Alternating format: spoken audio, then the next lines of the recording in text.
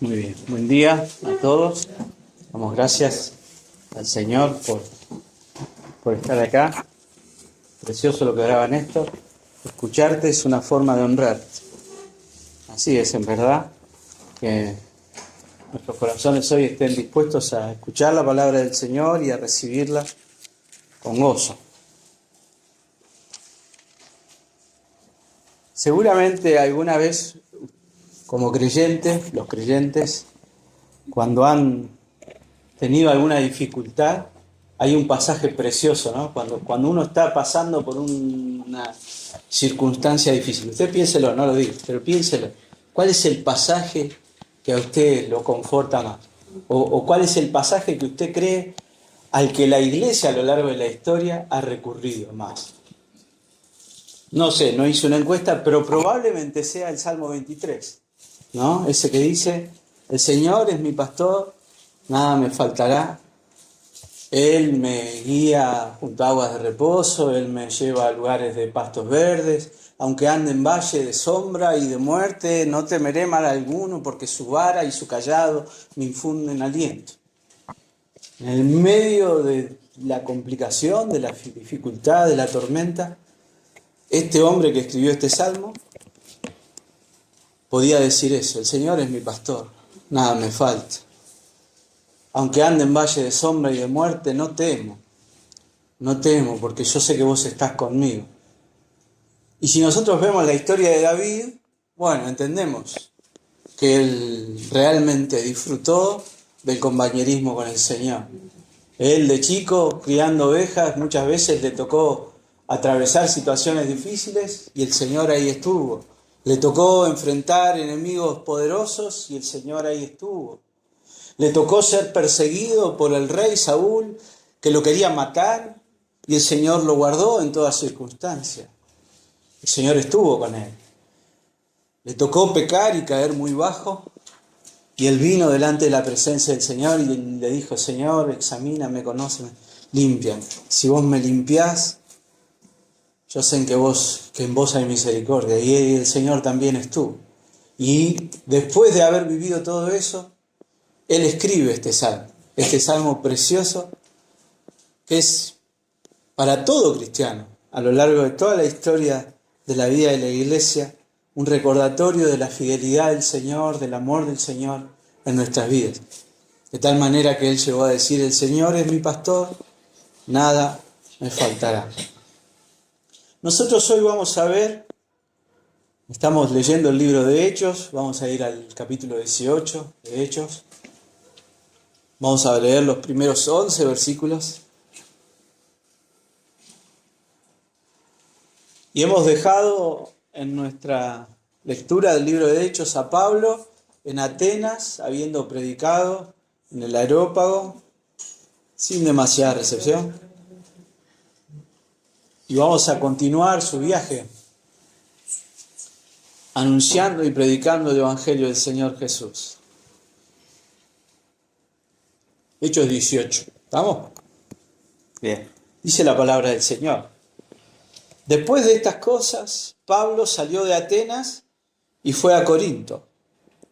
Y halló a un judío llamado Aquila, natural del Ponto, recién venido de Italia, con Priscila, su mujer, por cuanto Claudio había mandado que todos los judíos saliesen de Roma. Fue a ellos y, como era del mismo oficio, se quedó con ellos. Y trabajaban juntos, pues el oficio de ellos era hacer tiendas. Y discutía en la sinagoga todos los días de reposo y persuadía a judíos y a griegos. Y cuando Silas y Timoteo vinieron de Macedonia, Pablo estaba entregado por entero a la predicación de la palabra, testificando a los judíos que Jesús era el Cristo. Pero oponiéndose y blasfemando estos, les dijo, sacudiéndose los vestidos: vuestra sangre sea sobre vuestra propia cabeza. Yo limpio desde ahora, me iré a los gentiles. Y saliendo de allí, se fue a la casa de uno llamado Justo, temeroso de Dios, la cual estaba junto a la sinagoga. Y Crispo, el principal de la sinagoga, creyó en el Señor con toda su casa. Y muchos de los corintios, oyendo, creían y eran bautizados. Entonces el Señor dijo a Pablo en visión de noche: no temas, sino habla y no calles, porque yo estoy contigo y ninguno pondrá sobre ti la mano para hacerte mal, porque yo tengo mucho pueblo en esta ciudad. Y se detuvo allí 1 año y 6 meses enseñándoles la palabra de Dios. Amén. Hasta aquí la palabra en el día de hoy. Nosotros vamos a ver 3 formas en este pasaje en la que Dios es el ánimo y fortaleza de todos aquellos que son suyos, de sus siervos, de los que en Él confían. Hay algo que por ahí nosotros no tenemos que ignorar, o hay algo que tenemos que tener en cuenta. Nosotros venimos acompañando a Pablo en todo su viaje, ¿no? Y él primero estuvo en la región de Galacia, donde están las iglesias a las que una vez él les escribió una carta, que es la carta a los Gálatas. ¿Sí? ¿Van relacionando eso? Porque Lucas no hace nunca mención. Lucas en el libro de Hechos nunca dice, y Pablo escribió una carta. No lo cuenta él. Están las cartas. Después él recorre toda la región, el Señor le manda que cruce a Macedonia, que cruce a Europa. La primera iglesia a la que él llega, el primer lugar donde no había iglesia, al que él llega y donde predica el Evangelio y funda una iglesia es Filipos, que van a ser después los receptores de la carta a los filipenses. Después va a Tesalónica, una iglesia muy amada por Pablo, que van a ser los receptores de la carta a los tesalonicenses. Después va a Atenas, Berea, Atenas, y ahora llega a Corinto. Y los habitantes de Corinto que crean van a ser parte de la iglesia en Corinto y van a recibir en su momento las cartas ¿a quiénes?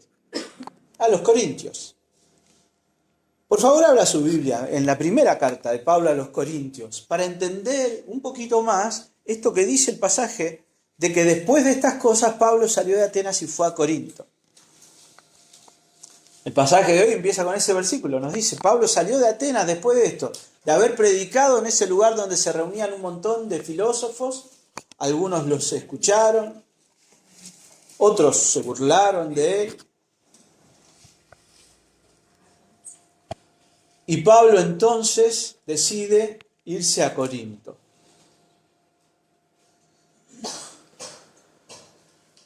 Y el título del sermón del día de hoy es lo que yo les decía, que Dios es el ánimo y fortaleza de sus siervos. Lo que quisiera es que veamos es por qué Pablo, siervo del Señor, necesita ser animado y ser fortalecido. Primera de Corintios, capítulo 2, versículos 1 al 5 vamos a leer. Y ahí, Pablo, después de todo esto que pasó, tiempo después, él les escribe a los corintios y les hace acordar. ¿Se acuerdan cuando yo fui y llegué a la ciudad de ustedes? Y dice Pablo, así que hermanos, cuando fui a vosotros para anunciaros el testimonio de Dios, no fui con excelencia de palabras o de sabiduría, pues me propuse no saber entre vosotros cosa alguna, sino a Jesucristo y a este crucificado.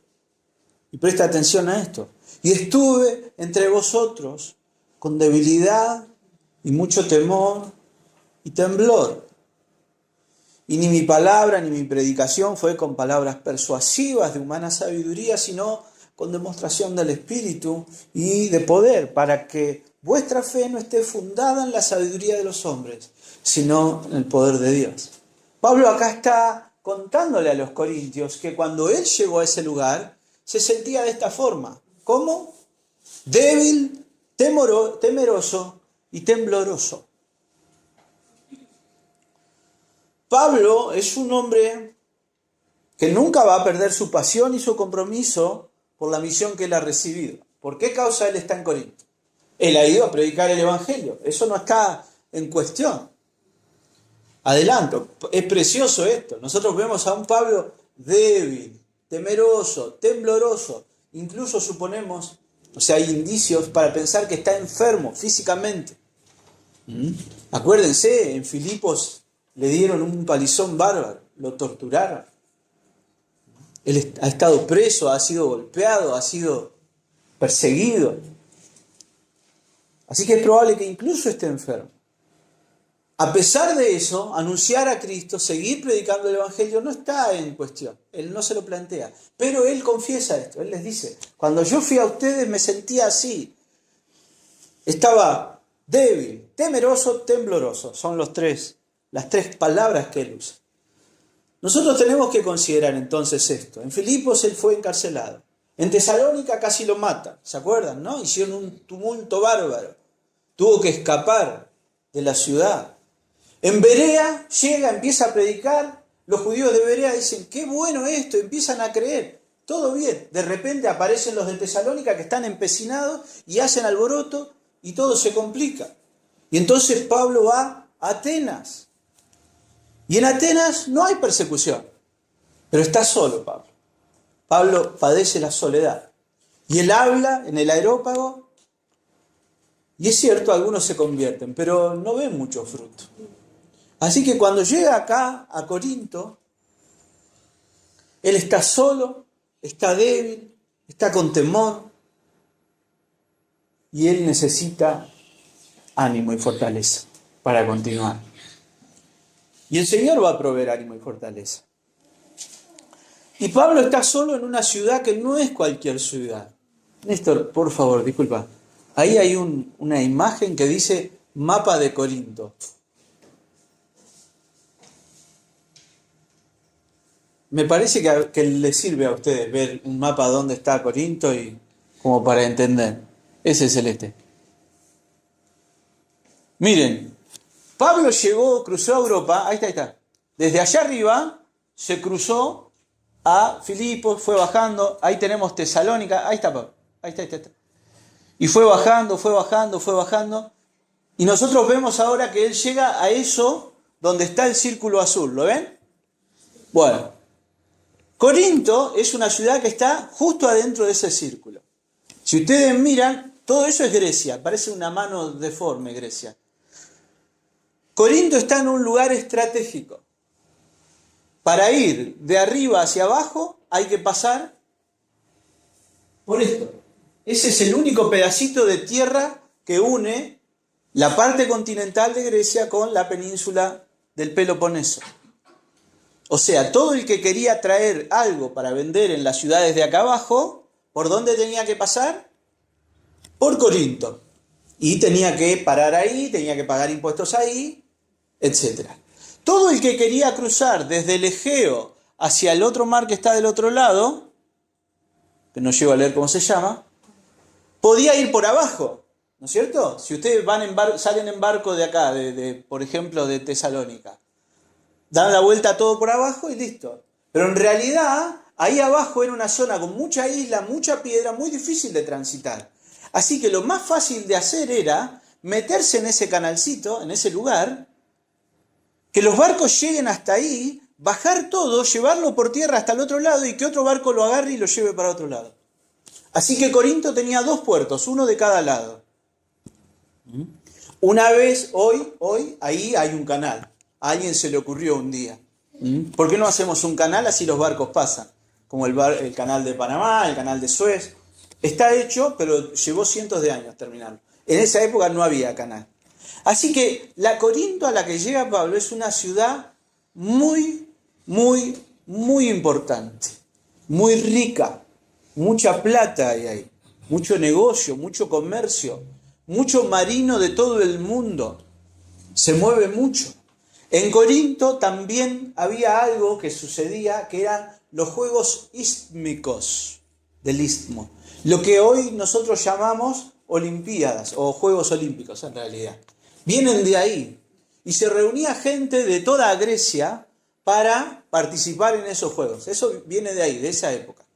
Así que Corinto era muy importante. Corinto rivalizó toda la vida con Atenas en importancia. Siempre fue una ciudad muy, pero muy importante. Mucha plata. Había un problema en Corinto. Ahí en Corinto había 2 dioses que se adoraban mucho. El primero era Poseidón, que era el dios del mar. Claro, había mucho marino, mucho barco. adoraban al dios del mar. ¿Cómo se lo adoraba ese dios? Bueno, cada vez que un barco iba a hacer un viaje, se le ofrecía un sacrificio a ese dios para que los proteja. Pero había otra diosa a la que se adoraba muchísimo en ese lugar. Y era la diosa Afrodita. La diosa Afrodita es la diosa del amor, de la fertilidad. Y una forma de adoración a esa diosa era la prostitución sagrada. En el templo de Afrodita había 1000 sacerdotisas que adoraban a esa diosa trabajando como prostitutas. Para nosotros eso es inconcebible, pero ellos era así. Obviamente, el hecho de que hubiera tanta gente, tanto marino, todo eso favorecía que el estilo de vida de la ciudad fuera un estilo de vida muy disoluto, muy disoluto. ¿Se entiende lo que significa la palabra disoluto? Muy pervertido, por decirlo de alguna forma. Era tremenda la ciudad, muy tremenda. Mucha, de todo, de lo que ustedes imaginen. A esa ciudad llega Pablo. Y llega solo, y llega enfermo, y llega, la verdad es que no llega en las mejores condiciones. Acuérdense, seguir predicando el Evangelio no es algo que él va a discutir. Él sigue predicando el Evangelio. Él lo va a seguir haciendo. Si quieren, después se los comparto. Yo escuché 2 sermones sobre este pasaje. Uno, gracias a Dios, del pastor Germán Salcedo, de la iglesia de Junín de los Andes, que él mismo me compartió el otro día que tenía una serie, así que la estoy escuchando, preciosa. Después se las comparto si quieren, muy linda. Y busqué el sermón del pastor MacArthur. No está en español, pero si ustedes entran en la página, después se las comparto, Google se los traduce, porque está el sermón hablado de MacArthur y está escrito todo, ellos lo transcriben todo. Busqué en la página en español, no está en español todavía. Por lo menos no llegaron hasta este capítulo. Y el sermón del pastor MacArthur sobre este pasaje se llama Predicando el Evangelio en una feria de vanidades. O sea, Pablo predicando en un lugar, el último lugar donde ustedes irían a predicar el Evangelio. No sé si se entiende, no quiero ser demasiado gráfico, pero la ciudad era tremenda. Si Atenas era la capital filosófica, era el pensamiento, y ellos estaban muy orgullosos en lo que ellos pensaban y despreciaron el Evangelio, porque el Evangelio hace eso, ¿no? Los atenienses estaban muy orgullosos, y bueno, la predicación de Pablo dice, muchachos, en el Evangelio el orgullo no tiene lugar. Y lo rechaza. Bueno, va a Corinto, el clima es distinto, pero es un clima muy tremendo en ese sentido, mucha disolución, mucha perversión, mucha cosa así, y plata, y tan así era que el verbo corintear era comportarse mal. Si uno iba a un lugar y tomaba de más y se acostaba con una mujer que no, con cualquier mujer, a eso los griegos le decían corintear. Es medio corintia, decían de una mujer. Y era una mujer mala, de vida mala. ¿Sí? Eso es lo que nosotros tenemos que entender. Ahora, Pablo llega a esa ciudad y está solo, pero, aunque es natural que Pablo se sienta débil y atemorizado, Dios, en ese contexto, le trae ánimo y consuelo a su siervo. Vamos al verso 2. ¿Qué dice la palabra del Señor? Que Pablo ahí, solo, débil, temeroso, tembloroso, halló a un judío llamado Aquila, natural del Ponto, recién venido a Italia con Priscila, su mujer, por cuanto Claudio había mandado que todos los judíos saliesen de Roma. Fue a ellos, y como era del mismo oficio, se quedó con ellos y trabajaban juntos, pues el oficio de ellos era hacer tiendas. Me maravilla a mí ver al Señor consolando y animando a Pablo por medio de Aquila y Priscila. Si usted sigue leyendo Hechos y lee las cartas, va a encontrar estos 2 nombres varias veces. Cuando Pablo se vaya de Corinto, ellos 2 van a ir con él Ellos dos van a recibir la iglesia en Éfeso. Cuando él escriba a los Efesios, va a haber una iglesia funcionando en Éfeso. Priscila y Aquila van a estar ahí. Después va a haber iglesia en su casa cuando estén en Roma. Son hermanos muy valiosos, muy serviciales. Cuando vaya un hermano llamado Apolos a predicar el Evangelio, ellos dos son los encargados de llamarlo y explicarle con mayor conveniencia algunas cosas. Son unos hermanos preciosos. Aquila dice aquí que era natural del Ponto, ¿sí? En este mapa de allá arriba, a donde él quiso ir, donde Pablo quiso ir cuando salió de Antioquía. Él quiso ir hacia el norte y el Señor no le permitió, al Ponto, a Bitinia, pero Aquila era de ahí. Pero es muy notorio que la Biblia usa los nombres romanos de ambas personas, de Aquila y Priscila, o sea que hacía mucho que vivían en Roma. Aquila y Priscila vivían, ¿de dónde eran ellos? ¿Cuál era su casa? Roma. Pero ahora no estaban en Roma. ¿Dónde se los encuentra Pablo? En Corinto. ¿Por qué? Porque los habían echado de Roma. Dice ahí, por cuanto Claudio, ¿quién es Claudio? Claudio era un emperador romano y pasaba un problema con los judíos en Roma. Los judíos eran los únicos que se negaban a adorar a César. Eran los únicos que eran distintos de alguna forma. En Roma el emperador era adorado como un dios, la gente le ofrecía sacrificios, todo. Bueno, los judíos no lo hacían, ellos adoraban solo al Señor. Y fueron echados de Roma un par de veces. Antes de esta expulsión de la cual habla acá, hubo un emperador que los mandó a todos los judíos, los sacó de Roma y los mandó a un lugar donde en ese momento había una peste, para que se murieran todos. Bueno, no pasó. Volvieron los judíos a Roma. Bueno, ahora Aquila y Priscila han tenido que salir de Roma porque Claudio había mandado que todos los judíos saliesen de Roma. Hay un historiador romano que dice que esta expulsión de los judíos tiene que ver con que había líos entre los judíos por causa de un tal Crestus. Así que lo más probable es que el Evangelio hubiera llegado ya a Roma. ¿Cuándo llegó el Evangelio a Roma? No con Pablo.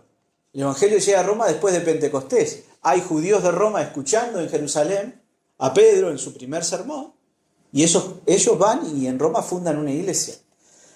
No dice acá Lucas si Priscila y Aquila ya eran creyentes. No dice que se conviertan acá como sí dice de otros. Así que suponemos que eran creyentes. Eran judíos, pero eran judíos que ya creían en el Señor. Ahora, a mí me resulta precioso ver que el Señor usó eso, la maldad de un emperador expulsando a gente, para que Priscila y Aquila recaigan en Corinto y se encuentren con este Pablo solito que cae ahí, débil y temeroso. Y entonces dice, fue a ellos, Pablo fue a ellos. Y como era del mismo oficio, se quedó con ellos. Se quedó con ellos significa que vivía con ellos. Priscila y Aquila, y perdonen ustedes, yo los voy a nombrar casi siempre, primero a Priscila y después a Aquila. Porque la Biblia muchas veces lo nombra así. Nombra primero a la mujer y después a Aquila. Ha sido motivo de discusión de por qué sucede eso. Lo más probable es que Priscila, el nombre Priscila, en otros lugares de la Biblia se la llama Prisca. Priscila sería como el diminutivo. En vez de Mauricio, Mauri, la forma corta. Bueno, en vez de Prisca, Priscila. Prisca es una palabra que denotaría que ella es de una familia noble, de una familia importante. Y entonces lo conveniente y natural sería entonces que nombren primero a la mujer. ¿Por qué? Porque era de una clase social más alta. Esa es la razón. Entonces, ellos lo reciben en su casa. Le dicen, vení, quédate con nosotros. Y Pablo está solo y está necesitado, incluso necesitado económicamente. ¿Y Pablo qué hace? Trabaja con ellos, porque eran del mismo oficio. ¿Cuál era el oficio? Dice ahí, hacer carpas, hacer tiendas. Tiendas es carpas, es lo mismo, ¿no?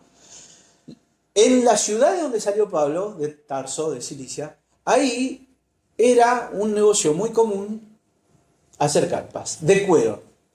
Algunos traducen esto como talabartero, ¿sí? Alguien que trabajaba el cuero. Las carpas en esa época no eran como las de ahora con varillita, eran de cuero, ¿sí? Se usaban mucho para viajar, era muy importante. Y hago aquí un paréntesis.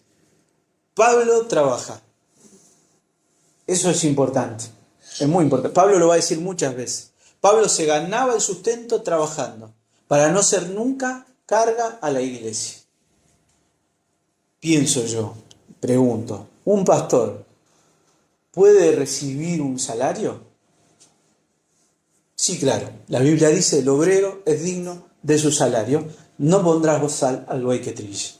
Pero Pablo renunciaba a ese derecho suyo. Para decir esto, hermanos, yo no quiero que cuando ustedes piensen en mí, ninguno diga, este lo mantuvimos. No, yo me mantuve con mi propio trabajo. Pablo, ¿recibió ofrendas de otras personas? Sí, en el próximo versículo van a llegar Timoteo y Silas y van a traer una ofrenda de Tesalónica. Sí. Pero este es un pequeño detalle que suma a esta cuestión. En el sermón que les decía que escuché del pastor MacArthur, él habla de una tradición de esa época. Y era que cuando un judío iba a una sinagoga, no se sentaba donde quería, se sentaba más o menos por donde su oficio le decía, de acuerdo al oficio. Los comerciantes se sientan de este lado. ¿Vos sos comerciante? Te toca de este lado. ¿Vos sos comerciante? Te toca de este lado. Así que es muy probable, no podemos afirmarlo 100%, pero es muy probable que Pablo haya conocido a Aquila porque se sentó al lado de él, en la sinagoga. Aquila, judío, cada sábado iba a la sinagoga. Pablo, judío, cada sábado iba a la sinagoga. Se sientan al lado, se ponen a charlar y se dan cuenta de que ambos son creyentes y se hacen amigos. Y Pablo, de repente, que venía solo, que venía lastimado, que venía herido, se encuentra no solo con un amigo, hace un amigo, pero se encuentra con un hermano. Y eso es la providencia del Señor. Y eso tiene que ver con el primer punto de este sermón. Dios anima y consuela a los suyos por medio de los suyos. No sé si se entiende la frase. Dios consuela y anima a los suyos por medio de los suyos. Cuando nosotros estamos pasando momentos difíciles, momentos oscuros, un instrumento valiosísimo del Señor es la iglesia, los hermanos.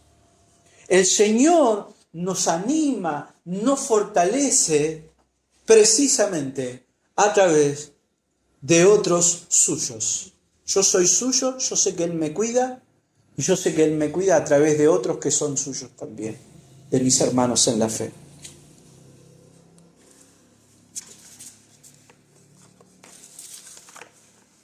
¿Qué hace Pablo mientras está ahí en ese lugar? Verso 4. Discutía en la sinagoga todos los días de reposo y persuadía a judíos y a griegos. Importantísimo.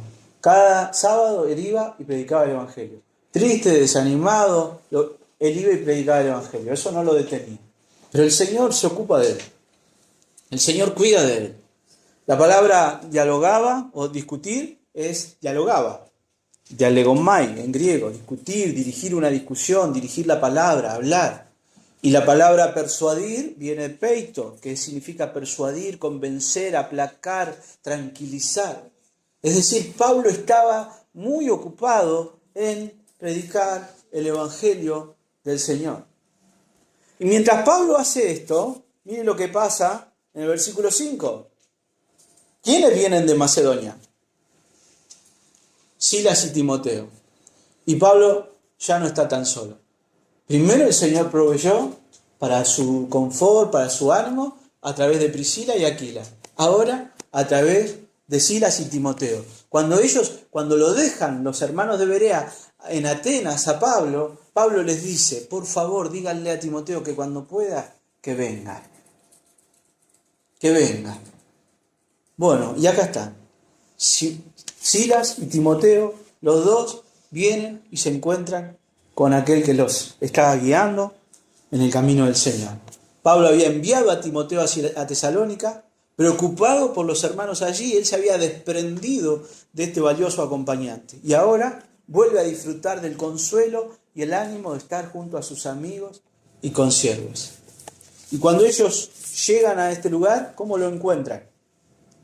Y estoy en el final del versículo 5. Cuando Silas y Timoteo vinieron de Macedonia, Pablo estaba entregado por entero a la predicación de la palabra, testificando a los judíos que Jesús era el Cristo. La palabra ahí, entregado por entero, es constreñido, apasionado, totalmente abocado a algo, hasta el punto de estar angustiado. Pablo está totalmente enfocado en su tarea, que es anunciar a Cristo. Y entre los judíos, anunciar que Cristo es el Mesías prometido y anunciado en las Escrituras. Ese era el patrón de predicación de Pablo en la sinagoga. Miren el Antiguo Testamento, está lleno de promesas. Dios va a mandar un Salvador, Dios nos va a limpiar de nuestro pecado, Dios va a poner su ley en nuestros corazones. Ese Salvador que viene va a sufrir por nosotros, va a morir por nosotros, pero va a resucitar porque va a vencer al pecado. Ese Salvador es Cristo. Eso es lo que anuncia. Es notable entonces que a pesar de su debilidad y de su soledad, Pablo no ceja en su pasión por predicar el Evangelio. Yo había notado esta frase que me pareció interesante para pensar. Pablo reconoce, cuando él habla con los corintios, cómo él estaba. Yo estaba angustiado, estaba temeroso, estaba débil. Y que Pablo haga eso, diga eso, nos habla de su sinceridad. Que él reconozca y acepte eso, nos habla de su sinceridad. Ahora, que él no detenga la misión de predicar el Evangelio a pesar de ese temor y esa debilidad, nos habla de su fidelidad. Nosotros tenemos que aprender a ser fieles y aprender a ser sinceros. Porque en la vida cristiana, incluso en el servicio cristiano, muchas veces nos vamos a ver desanimados. Los cristianos a veces nos bajoneamos, nos desanimamos, nos cuesta mantener la esperanza. A veces el desánimo surge de falta de fe en Dios. Hay una circunstancia y yo no confío en Dios y bueno, si mi confianza no está puesta en el Señor, ¿qué hago? Me desespero, me angustio. Pero a veces las circunstancias son para preocuparse. Porque no es que a mí me falte fe o que las circunstancias difíciles son circunstancias difíciles. Ser un creyente no significa hacer de cuenta como que no pasa nada cuando está pasando algo. Si está pasando algo, está pasando algo. Pero nosotros confiamos en el Señor. En medio de esas circunstancias difíciles, nosotros tenemos que recordar esto. Dios ha prometido cuidar de nosotros. Y una de las formas en las que Él lo hace es a través de los suyos. Él cuida a los suyos por medio de otros que también son suyos. Piénselo así. Para consolarme y animarme a mí, Dios va a usar a miembros de su pueblo. Y eso tiene su contracara. Dios me va a usar a mí para animar, consolar y fortalecer a miembros de su pueblo. Dios cuida de nosotros a través de nosotros. No sé si se entiende. La iglesia es el medio por el cual Dios ha permitido que nosotros seamos fortalecidos. Por eso habla de un cuerpo. Pablo dice, si al cuerpo le duele un pie, no es el dedo solo el que duele todo el cuerpo. Las lágrimas de alguien, de un hermano, son mis lágrimas también. El sufrimiento de un hermano es mi sufrimiento. Y el Señor me va a usar a mí para consolar, para animar y para fortalecer a ese hermano. Pablo llega a este lugar cansado, debilitado, torturado. Y el Señor maravillosamente, fielmente, amorosamente, lo pone al lado de este matrimonio, Priscila y Aquila. Y después manda a estos otros dos hermanos, a Silas y a Timoteo. El segundo punto de nuestro sermón es este. Dios también nos anima y consuela mostrándonos que servirle vale la pena. Porque que Pablo sea confortado por el compañerismo de Aquila y de Priscila, de Silas y de Timoteo, no significa que todo ahora va a ser color de rosas.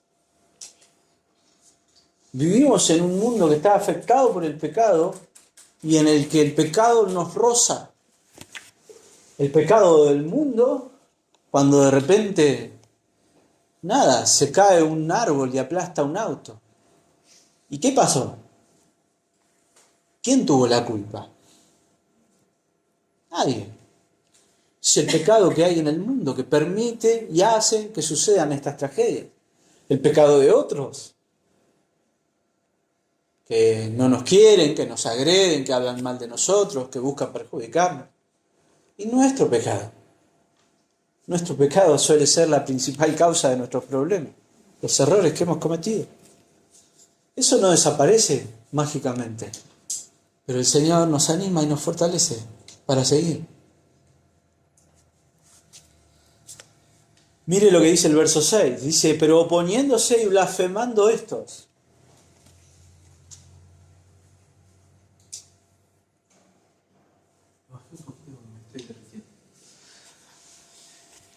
¿Quiénes son estos? Bueno, los judíos a los que Pablo les predicaba. ¿Cómo reaccionan estos judíos? ¿Reciben el evangelio? Bueno, algunos sí, pero la mayoría no. Se ponen y blasfeman. Miren la reacción de Pablo. Dice Pablo, sacudiéndose los vestidos, vuestra sangre sea sobre vuestra propia cabeza. Yo limpio desde ahora, miré a los gentiles. Los judíos se oponen, les molesta lo que escuchan. Blasfeman. La palabra blasfemar ahí, blasfemeo, es maldecir, difamar. Hablan mal de Pablo, inventan cosas de Pablo. No hay nada para decir de Pablo. ¿Es pecador Pablo? Sí, es pecador. Pero él no está haciendo nada raro. Pero ellos inventan. Si no tienen algo con que agredir a Pablo, lo inventan. Ya lo han hecho un montón de veces. Este está diciendo que no sigamos a César. Este viene a corromper nuestra ciudad, dijeron en otros lados. Inventan. Si no hay algo que decir, lo inventan. Blasfeman. Pero me llama la atención la actitud de Pablo. Pablo se sacude los vestidos y dice, usa esta frase, vuestra sangre sea sobre vuestra propia cabeza. Yo limpio desde ahora, miré a los gentiles. Evidentemente la expresión que está usando Pablo acá es una expresión bíblica, es del Antiguo Testamento. Ahora, por favor, su Biblia en Ezequiel 33.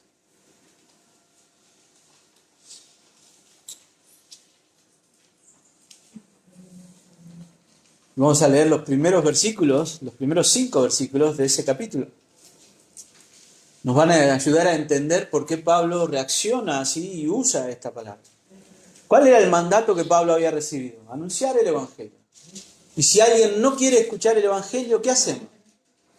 Si alguien lo rechaza y blasfema contra el Evangelio, ¿lo vamos a obligar?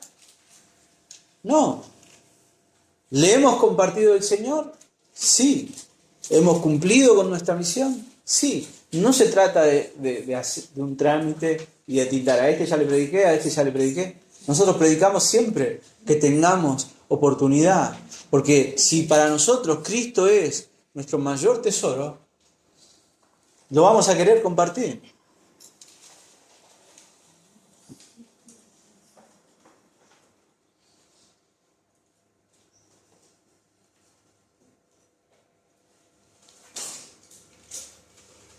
Ezequiel 33, versos 1 al 5, dice, vino a mí palabra de Jehová diciendo, hijo de hombre, habla a los hijos de tu pueblo y diles, cuando trajere yo espada sobre la tierra y el pueblo de la tierra tomare un hombre de su territorio y lo pusiere por atalaya, y él viere venir la espada sobre la tierra, y tocare trompeta y avisare al pueblo, cualquiera que oyere el sonido de la trompeta y no se apercibiere, y viniendo la espada lo hiriere, su sangre será sobre su cabeza.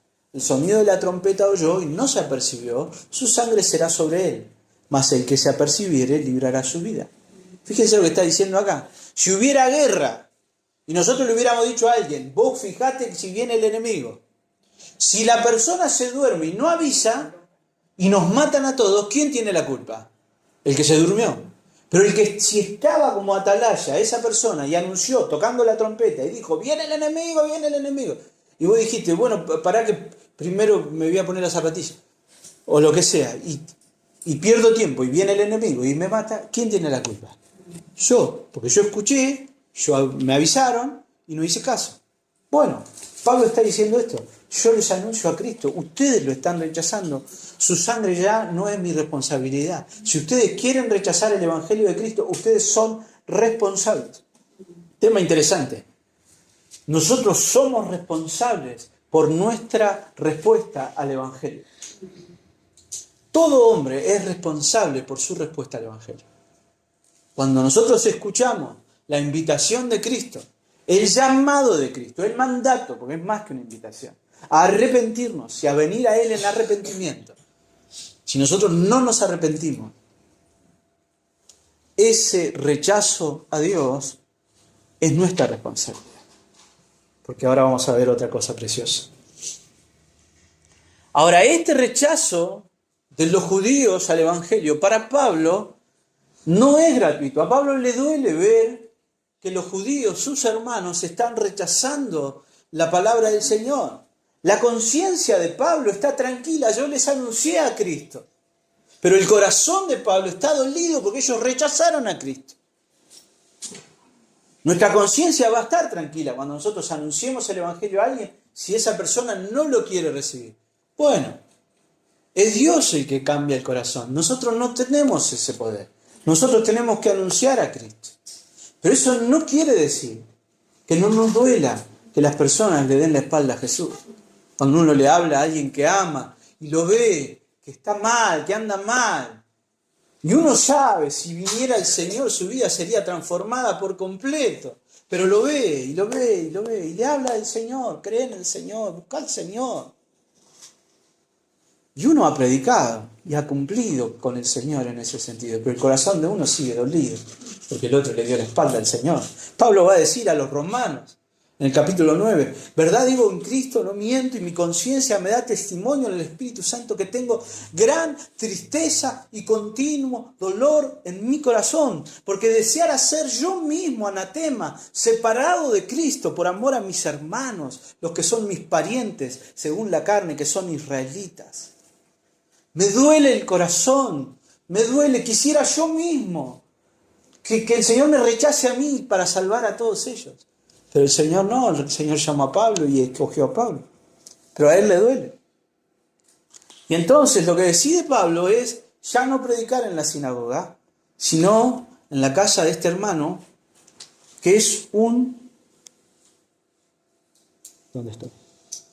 Versículo 7. Saliendo de allí se fue a la casa de uno llamado Justo, temeroso de Dios. Es decir, un no judío que iba a la sinagoga, que escuchó el Evangelio, que creyó en el Evangelio. Como ya Pablo no puede predicar en la sinagoga, bueno, al lado hay una casa. Para nosotros, bueno, está bien, listo, ya está. Para Pablo esto es dolorosísimo. Él le está dando la espalda a sus hermanos. Él está abandonando a sus hermanos. El Señor lo llama a hacerlo. La circunstancia, el Señor permite eso, pero para Pablo esto es doloroso. Hacerlo así. Pero el Señor provee este medio. Este hermano se llama Justo. En otras traducciones, si usted leyó lo que yo mandé ayer, la de NTV dice Justo con otro nombre. Se infiere que probablemente este sea el hermano que en otros pasajes es nombrado como Gayo. ¿Han escuchado hablar de Gayo? Bueno, probablemente sea este mismo hermano. Un hermano temeroso del Señor que sirvió. ¿Por qué? Porque en Roma uno tenía 3 nombres. Había 3 nombres, bueno, el que faltaría es Gayo. Justo Tito o Justo Ticio, dicen otras versiones. Acá solo tenemos Justo, la Reina Valera solo deja Justo. Justo Tito no es Tito el de la carta, es otro. Este es otro. Pero sí podemos identificarlo con este Gayo. Y entonces miren, los judíos rechazan, pero Justo cree y lo recibe en su casa. No solo Justo cree, Crispo cree. El principal de la sinagoga.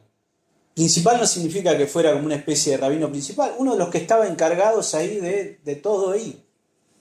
Pero es evidentemente alguien que la comunidad reconoce. No quiero caer en un error, pero qué sé yo, es como si nosotros predicábamos en un lugar y el cura se convierte. Y bueno, Crispo se convierte. Y con él toda su casa. Y no solo se convierte Justo, no solo se convierte Crispo, sino también muchos de los corintios, oyendo, creían y eran bautizados.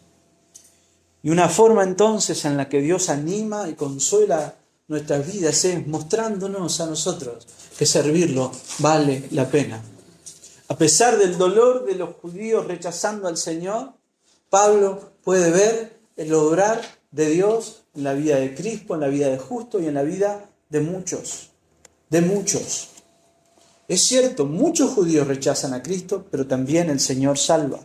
Pablo tiene el privilegio de ser testigo del poder del Evangelio, salvando a estas personas. Dios anima y consuela a Pablo dejándolo ver el fruto de su predicación. La palabra siendo predicada en medio del rechazo y la blasfemia sigue siendo poderosa para salvar. Y Pablo recibe entonces así la oportunidad de entender que vale la pena servir al Señor, porque él puede contemplar el amor de Dios siendo derramado por la predicación del Evangelio. Él ve a Dios salvando a muchos. Y eso consuela y reconforta su corazón, porque no hay nada más precioso para un creyente que ver a otros venir al Señor y conocer al mismo Señor que me salvó a mí. La palabra de Dios dice que cuando un pecador se arrepiente, en el cielo hay fiesta. En el corazón del cristiano también hay fiesta. El corazón de un cristiano se alegra cuando ve que otro nace de nuevo por la palabra predicada. Otra preciosa manera entonces en la que Dios nos anima y fortalece es cuando Él revela su gloria y su poder en la vida de otros. Cuando nosotros vemos a Dios obrar, entendemos que realmente vale la pena seguirle y servirle. Y hasta las aflicciones palidecen frente a este gozo. Dije que íbamos a ver 3 formas en las que Dios nos anima y consuela. La primera, Dios nos anima y nos consuela a través de su iglesia, de los suyos. La segunda, Dios nos anima y nos consuela dejando que nosotros veamos su obrar, entendiendo que servirle y seguirle vale la pena. Y la última, y es preciosa, Dios anima y consuela a los suyos, recordándonos que Él está con nosotros todos los días y hasta el final. El verso 9 dice, y entonces el Señor dijo a Pablo en visión de noche, no temas, sino habla y no calles, porque yo estoy contigo. Porque yo estoy contigo y ninguno pondrá sobre ti la mano para hacerte mal, porque yo tengo mucho pueblo en esta ciudad. Y se detuvo allí 1 año y 6 meses enseñándoles la palabra de Dios. Como si no fuera suficiente que el Señor anime y conforte a Pablo por medio de los hermanos, por medio de permitirle ver lo que él está haciendo. Ahora el Señor mismo habla a Pablo en visión. Probablemente, como dice que es de noche, sea a través de un sueño. No dice que él vea al Señor, dice que lo escucha. Pero es el Señor el que le está hablando. El Señor conoce, comprende el corazón de Pablo. Y entonces le va a pedir que no haga 2 cosas y que haga una. Interesante. 2 cosas que no haga, una cosa que sí haga. ¿Qué es lo primero que Pablo no tiene que hacer? No temas. Busque en Google, ponga Biblia, más, no temas. 85 versículos le van a salir. Una y otra vez el Señor dice a los suyos y a su pueblo, no temas. ¿Por qué? Yo estoy contigo. No temas, yo estoy contigo. La Biblia está llena. Pensando en el salmo que citamos al principio, el salmo 23, David dijo, aunque ande en valle de sombra de muerte, no temeré. ¿Por qué? Porque tú estás conmigo. No temas. ¿Y entonces qué? Habla. El Señor, la presencia del Señor, saber que el Señor está con nosotros, nos libra del temor y hablamos con confianza la palabra de Dios, sabiendo que esa palabra es la que tiene el poder de dar vida. Hablamos la palabra de Dios, proclamamos el Evangelio. ¿Y qué no hacemos? No callamos. No temas, no calles. Habla, habla, habla. Anuncia, anuncia al Señor. ¿Por qué? Porque yo estoy contigo. Dios nos anima, nos fortalece, nos consuela, dejándonos saber, haciéndonos saber y recordándonos que Él está con nosotros.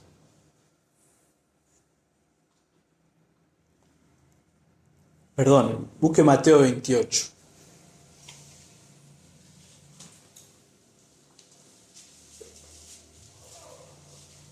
Sí, si por ahí se complica, anótelo y después lo busca en su casa.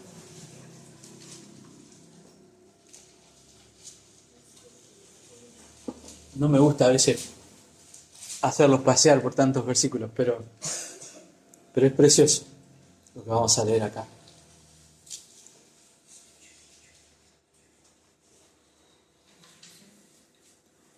Mateo 28, verso 18. El último capítulo del Evangelio de Mateo. El Señor ha muerto, el Señor ha resucitado, el Señor va a ascender a los cielos. Y dice, Jesús se acercó y les habló diciendo: toda potestad me es dada en el cielo y en la tierra. Por tanto, id y haced discípulos a todas las naciones, bautizándolos en el nombre del Padre y del Hijo y del Espíritu Santo, enseñándoles que guarden todas las cosas que yo os he mandado. Y he aquí, yo estoy con vosotros todos los días, hasta el fin del mundo. Amén. Yo estoy con vosotros todos los días, hasta el fin del mundo. La iglesia es una bendición, las circunstancias es una bendición. Pero lo más precioso es saber que Dios está con nosotros. Eso nos consuela, eso nos anima. Eso nos anima. Pablo no estaba cuando el Señor dijo esas palabras, pero las conoce, las ha experimentado. Yo estoy con vosotros todos los días hasta el fin del mundo.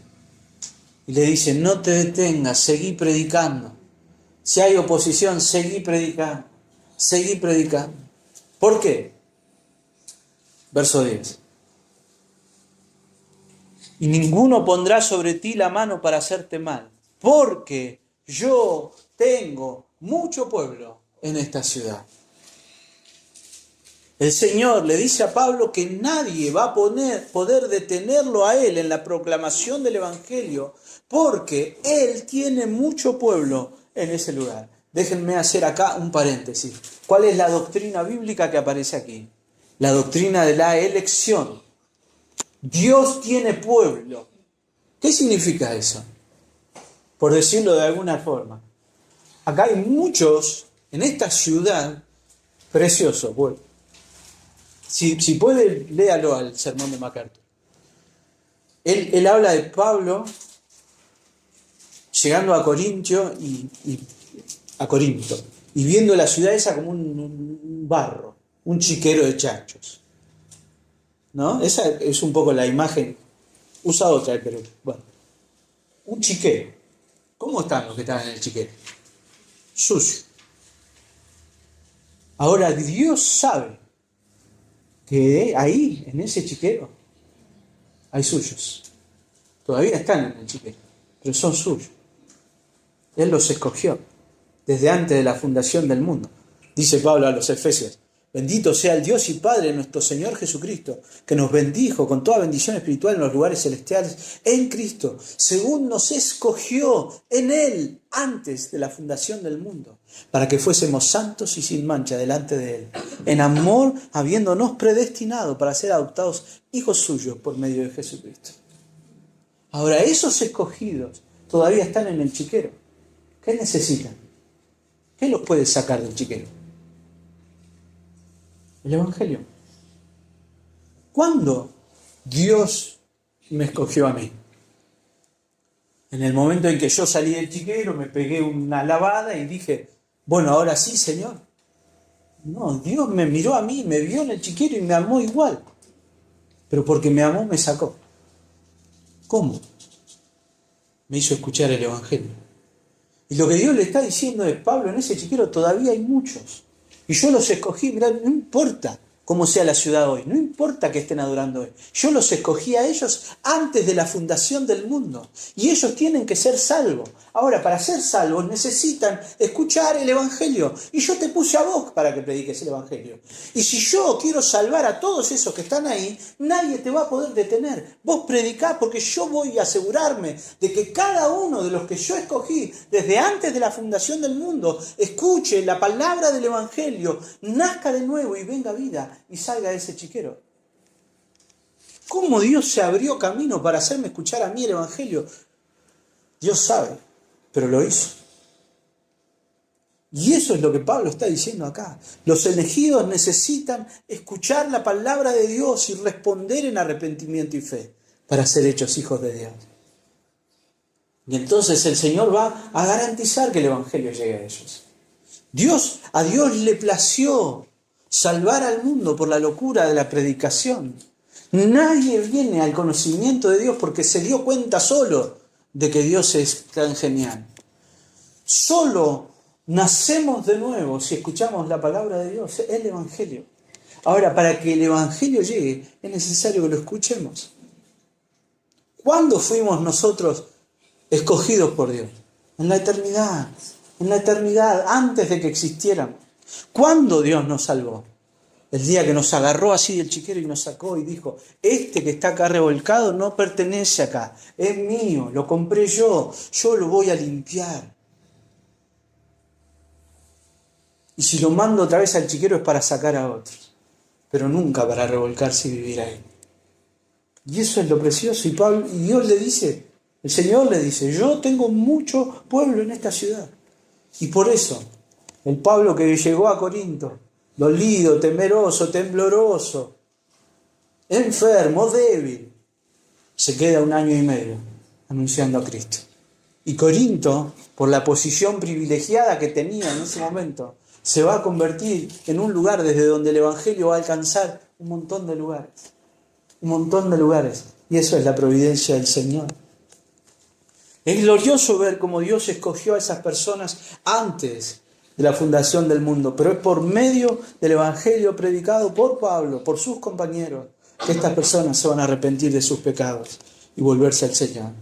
Dios no nos necesita a nosotros, pero de alguna forma Él determinó que para que alguien nazca de nuevo, sí o sí tenga que escuchar el Evangelio. Esta doctrina es para nosotros un estímulo al compartir la palabra de Dios. Dios conoce a los suyos, y los suyos van a conocer su voz cuando la oigan. Juan, el Señor, capítulo 10 dice, le rodearon los judíos y le dijeron, ¿hasta cuándo nos turbarás el alma? Si tú eres el Cristo, dínoslo abiertamente. Y Jesús les respondió, os lo he dicho, no creéis. Las obras que yo hago en nombre de mi Padre, ellas dan testimonio de mí. Pero vosotros no creéis porque no sois de mis ovejas. Como os he dicho, mis ovejas oyen mi voz y yo las conozco y me siguen. Y yo les doy vida y no perecerán jamás, ni nadie las arrebatará de mi mano. Mi Padre que me las dio es mayor que todos y nadie las puede arrebatar de la mano de mi Padre. Y movido por esto, el Pablo temeroso es un Pablo que va a seguir sufriendo, pero sabe que el Señor está con él. Sabe que el Señor es el que está con él, porque el Señor es el que le mandó a Priscila, a Aquila, a Silas y Timoteo. El Señor es el que le permitió ver el Evangelio obrando poderosamente, salvando vidas. Y el Señor mismo le dijo, predicad, porque yo voy a seguir salvando. Y por eso Él se queda 1 año y medio más. Termino. Seguir al Señor no es fácil. Servir al Señor no es fácil. Los que lo hacen deben hacerlo aferrados al Señor y dependiendo de Él en cada paso. Él nos anima y nos conforta por medio de hermanos. Él nos anima y nos conforta dejándonos saber que vale la pena servirle. Y Él nos anima y nos conforta dejándonos saber que Él está con nosotros todos los días hasta el fin del mundo. Esa es el ancla de nuestra fe. Una vez más, el centro está en el Señor. El Señor es nuestra fuerza, el Señor es nuestra confianza, el Señor es el que nos anima en todo tiempo. A Dios le preocupa cada uno de sus hijos. Dios quiere animar, sostener a sus hijos. Él lo va a hacer. Esa es nuestra confianza. Dios es el Padre amoroso que se preocupa por nosotros. Eso es lo que tenemos que recordar en medio de las circunstancias difíciles. ¿Son difíciles? Sí, son difíciles. Sí. Seríamos poco sabios si pretendiéramos que no pasa nada. Pasa. Pasa. Pero el Señor está con nosotros. El día viernes yo les compartía un pasaje de Proverbios. No sé si lo leyeron. Proverbios 1. Y habla de la necedad de rechazar a Dios. Dice el Señor, cuando ustedes se encuentren hundidos hasta el cuello y me busquen, si toda la vida me dieron la espalda, yo no voy a estar. Pero si ustedes me hicieron caso, yo voy a estar. Esta es la confianza de sus hijos. Que si nosotros oramos al Señor, Él nos oye. Que si nosotros sufrimos, Él conoce. No tenemos un sumo sacerdote que no pueda compadecerse de nosotros, dice el libro de los Hebreos. Dios conoce. Dios se despojó de su trono para venir a estar en medio de nosotros. Jesús se tiró de cabeza al chiquero. No para revolcarse, para sacarnos. Y eso es lo precioso del Evangelio. El Evangelio es perdón, pero es perdón para tener comunión con Dios, para caminar con Dios, y para saber que Dios está en cada circunstancia de nuestras vidas. Amén. Que Dios les bendiga, hermanos. Oremos.